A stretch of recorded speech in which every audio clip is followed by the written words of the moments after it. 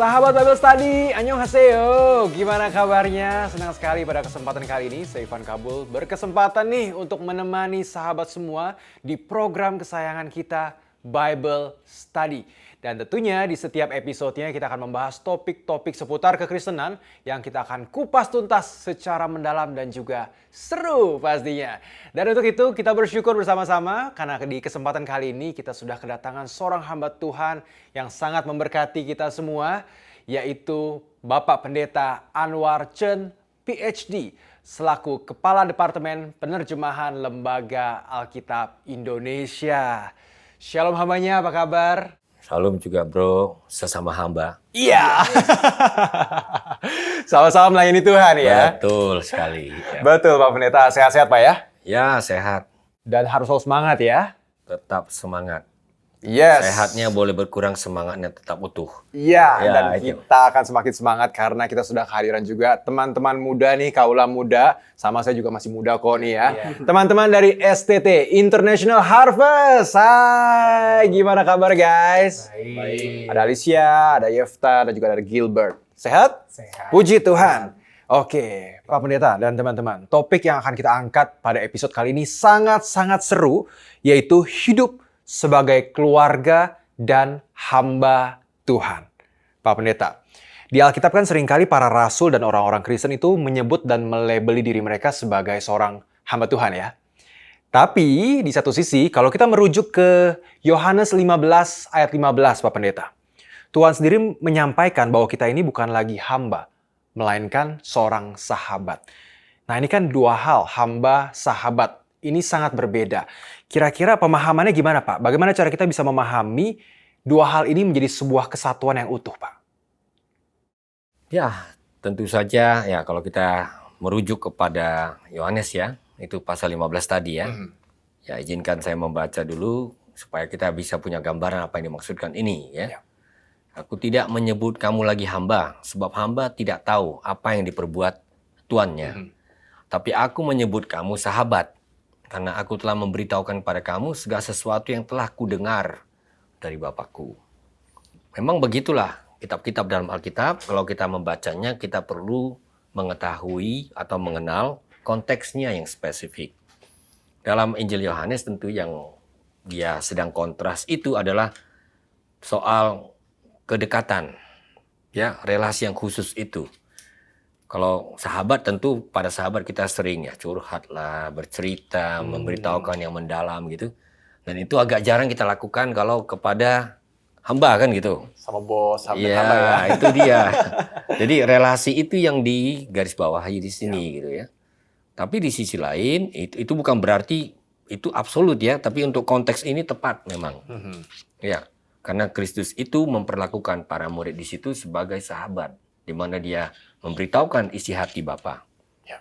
Nah, tapi kalau kita lihat misalnya di dalam surat Rasul Paulus sendiri, dia paling sering menyebut dirinya Paulus, hamba Yesus Kristus. Sebenarnya terjemahan hamba di sini agak ringan. Doulos itu berarti budak, Oke. ya.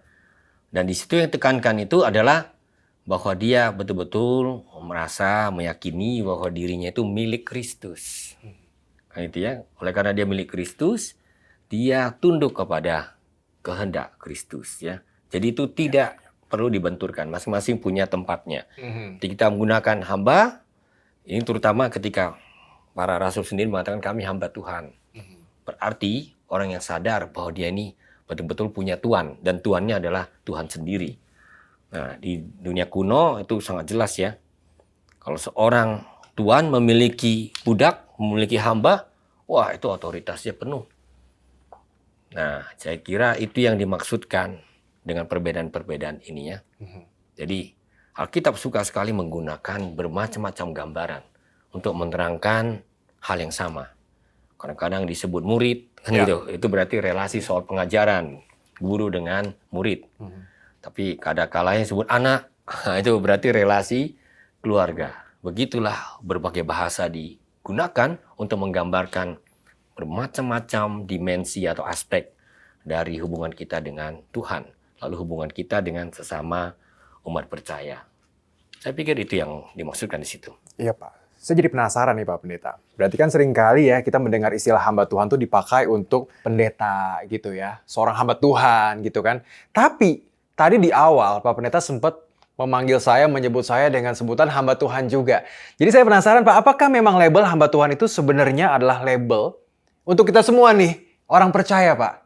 Ya, jelas. Kalau kita betul-betul mengakui Tuhan itu sebagai pemilik Tuhan atas hidup kita, semua orang adalah hamba Tuhan. Tapi entah bagaimana dalam konteks Indonesia, itu menjadi istilah khusus. Untuk seorang pendeta ya. Itu seorang pendeta. Ya, harusnya setiap orang bisa mengatakan dirinya hamba Tuhan gitu ya. Yang saya heran kenapa para pendeta tidak menyebut dirinya, kami ini sahabat Tuhan.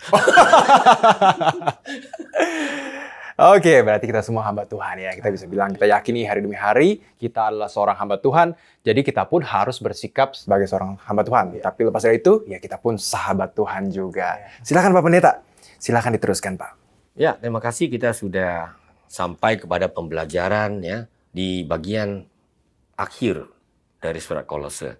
Kalau kita ikuti sejak awal, kita sangat sadar ya bahwa betapa jelasnya posisi Kristus itu ditempatkan ya. Dia adalah Tuhan dari seluruhnya, pemilik dari seluruhnya. Yang paling utama, ciptaan ini bisa hadir oleh karena karyanya. Dia adalah yang sulung dan sebagainya. Kemudian kita lanjutkan lagi bahwa itu berkonsekuensi pada hubungannya dengan jemaat.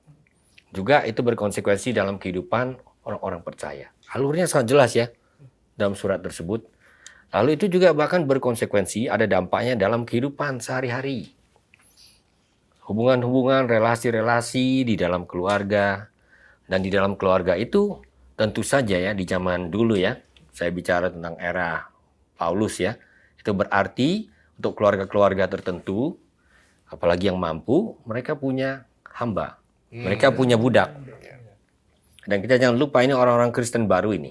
Nah, di sini, di dalam surat Kolose, hubungan-hubungan seperti itu diangkat kembali. Bagaimana suami dan istri, ya kita ingat dalam pembelajaran sebelumnya ya. Lalu hubungan orang tua dan anak. Dan sekarang kita bicara lagi hubungan antara tuan, majikan dengan hamba. Atau budaknya, kalau bahasa kerasnya itu budaknya. Bagaimana sebaiknya? Nah, kalau kita merujuk kepada ya kultur Yunani, Romawi, jelas ya. Seorang tuan itu pemilik. Hamba itu properti. Ya. Nah, itu berarti apa maunya Tuhan itu harus dituruti sepenuhnya oleh hamba. Nah, kalau orang Kristen dalam posisi seperti itu. Kalau memang majikan pemiliknya adalah orang Kristen, ini definisinya masih bisa didefinisikan ulang lagi. Kita jangan lupa Onesimus nanti disebut di dalam akhir kitab ini. Itu ada satu contoh, dia itu adalah budak dari Filemon. Yang kalau kita baca surat Filemon melarikan diri ya. Nah, bagaimana hubungan antara Filemon sebagai pemilik Tuhan dengan budaknya ini? Tapi sama-sama ngaku Kristus. Inilah yang menarik untuk dilihat ulang. Nah, jadi di sini di akhir surat ini diingatkan, tuan-tuan kamu yang sudah percaya pada Kristus, berlakulah adil dan jujur. Lihat, terhadap hambamu, budakmu. Betul dia properti tapi fair lah itu istilahnya. Bahasa sekarangnya fair ya. Dan motivasinya itu yang paling menarik menurut saya. Jangan lupa ada Tuhan besar yang paling besar dari semuanya di surga sana. Ini ya. Ini yang kadang kita lupakan ini. Dan itu saya kira juga punya pesan buat kita sekarang ini ya. Kadang-kadang orang merasa punya kekuasaan, dia lupa ada penguasa di atas penguasa di atasnya. Ini. Ini perlu ini saya pikir. Nah, jadi kepada mereka diingatkan tentang bagaimana mereka harus hidup dan berlaku adil, fair terhadap hambanya. Dan kalau kita lihat kembali, sebelumnya ternyata hamba-hamba juga sudah disapa ya. Hamba-hamba, ya kita kembali ke pasal 3 akhir ya, supaya jangan cuma sepotong gitu. Ini kan pasangan ini. Malah hamba-hamba yang lebih dahulu disapa. Taatilah Tuhanmu yang di dunia. Lihat. Itu berarti ada Tuhan yang lain kan? Nah, dalam segala hal, lihat, ini juga satu kenyataan bahwa hamba tidak punya banyak pilihan di dunia zaman itu. Ya, ini bukan sekedar asisten rumah tangga atau apa. Ini betul-betul properti. Nah, lalu bagaimana kalau mereka ternyata tidak punya Tuhan yang baik gitu, yang cenderung eksploitatif, manipulatif misalnya. Tapi dikatakan jangan hanya di hadapan mereka saja untuk menyenangkan mereka, melainkan tulus hati karena takut akan Tuhan. Jadi motivasi seorang hamba untuk mengabdi pun kepada Tuhannya itu ditentukan dengan sikapnya terhadap Tuhan. Ya. Lalu yang saya pegang sebagai salah satu pengajaran yang luar biasa dari surat ini adalah, coba 3:23 ya. Apapun juga yang kamu perbuat, perbuatlah dengan segenap hatimu, seperti untuk Tuhan dan bukan untuk manusia. Ya. Ini disampaikan awalnya untuk budak-budak. Tapi prinsip ini berlaku untuk seluruh umat Kristiani sekarang. Wah, andai kata ini jadi pegangan dari orang-orang yang mengaku Kristus sebagai Tuhannya untuk bekerja, ya, wah, ini betul-betul adalah sebuah etos unggul. Ya. Ini etos excellence habis-habisan. Ya, saya tidak ragu mengatakan ini. Nah, lalu apa yang dia katakan? Sesudah dia bicara soal hubungan rumah tangga tadi, di mana ada Tuhan dan hamba, dia kembali kepada tema-tema dasar tadi. Dan kita heran, sekali lagi muncul mengucap syukur. Di ayat 2 dikatakan, bertekunlah dalam doa, dan dalam pada itu berjaga-jagalah sambil mengucap syukur. Coba, dalam hanya beberapa ayat, berapa kali diajak mengucap syukur? Ya. Ini, sampai saya berpikir ya, apa Paulus tidak tahu ini diketahui orang Kristen? Tahu, tapi ini sering sekali dilupakan. Mengucap syukur. Dan dia juga katakan, berdoalah untuk kami, supaya pintu terbuka untuk pemberitaan, sehingga bisa bicara tentang rahasia Kristus. Kita sudah belajar sebelumnya, rahasia Kristus ini sebenarnya adalah penyingkapan tentang rencana ilahi yang dikerjakan di dalam Kristus. Jadi dia tidak lain daripada Kristus sendiri. Nah, itu berarti panggilan untuk memberitakan Injil dalam berbagai situasi yang sulit. Jadi itu ya. Nah, dengan demikian aku dapat menyatakannya sebagaimana seharusnya. Nah, ini etos hamba Tuhan ini. Sebagaimana seharusnya. Jadi Injil itu diberitakan sepenuh-penuhnya, setulus-tulusnya, semurni-murninya. Itu. Dan dilanjutkan lagi ya, bagaimana orang berelasi dalam konteks yang lebih luas. Tadi dalam rumah tangga ya. Lalu bagaimana dengan orang luar? Tidak bisa dipungkiri ada istilah orang luar. Orang yang tidak di dalam lingkungan Kristen. Di sini dikatakan, hiduplah dengan penuh hikmat. Ya. Lalu pergunakanlah waktu yang ada. Ini juga kata kuncinya ya. Hendaklah kata-katamu senantiasa penuh kasih. Ya. Jangan hambar dan tahu bagaimana harus memberi jawab pada setiap orang.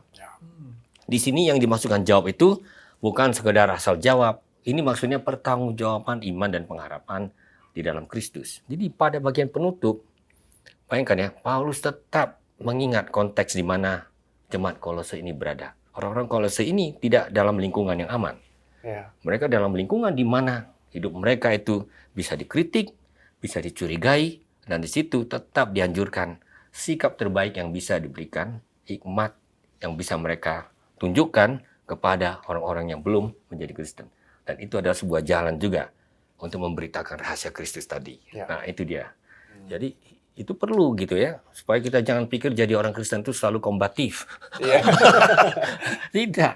Kita hidup bersama di dalam masyarakat, bukan dengan tujuan supaya kita menyebur di situ, tapi bagaimana supaya kita menjadi garam. Lagi-lagi kata garam ini, ya, yang tidak menimbulkan karat, tapi membuat makanan itu sedap. Waduh, quote of the day dari Pak Pendeta Anwar ya. Dan pasti kita sama-sama percaya, sahabat Bible Study, kalau hikmat Tuhanlah yang pada akhirnya memang memampukan kita untuk berkata-kata dan terus memampukan kita untuk menyampaikan firman Tuhan buat orang-orang.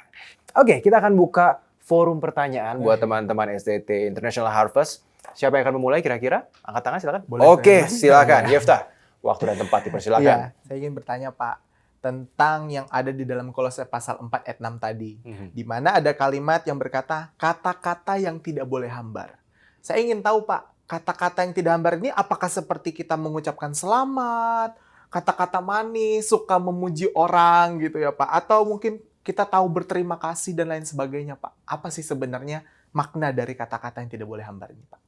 Wah, terima kasih untuk pertanyaan ini. Kelihatan praktis tapi ini sungguh benar ya. Karena kita juga harus tahu budaya-budaya itu berbeda-beda dengan cara berbicara ya. Jadi kalau dalam satu budaya yang jarang memuji, tiba-tiba kita jadi ahli pujian. Jadi tentu maksudnya adalah bahwa kita benar-benar tahu bahwa kata-kata itu punya dampak. Ya, bahwa kata-kata itu ya bersifat membangun. Ya. Bisa juga ada unsur menyenangkannya. Tapi tidak usah berlebihan. Masing-masing orang itu berhak mengucapkannya sesuai dengan apa yang merupakan kelaziman dalam kultur tersebut.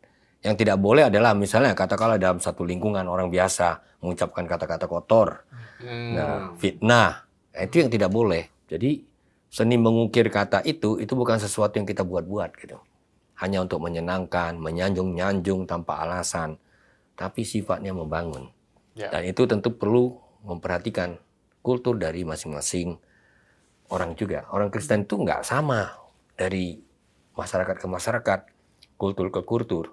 Ya, tapi kalau kita bicara orang Kristen yang dimasukkan di sini adalah jangan hambar itu bukan berarti menghambur-hambur kata ya, bukan. Wow. Tapi kita tahu bahwa ada situasi di mana kata-kata tertentu memang cocok, tepat dengan situasi itu dan juga sesuai dengan konteks yang bersangkutan. Ya.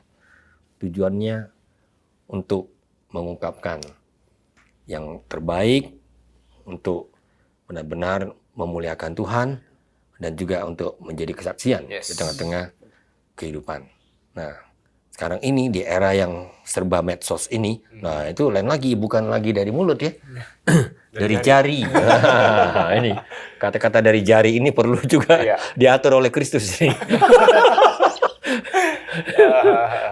Saya kira sampai ke situ ya, bro. Siap, Ya, Pak Pendeta. kalau saya- Waduh, dipanggil bro saya jadi berasa semangat ya. Saya jadi ingat ya, kalau kata yang diucapkan tepat pada waktunya itu lebih berharga daripada emas. Ya, Gitu ya. itu udah kita amsal ya. Oke, kita ke pertanyaan berikutnya. Adakah yang mau bertanya mungkin di antara kalian? Ya, Gilbert, silahkan pertanyaannya.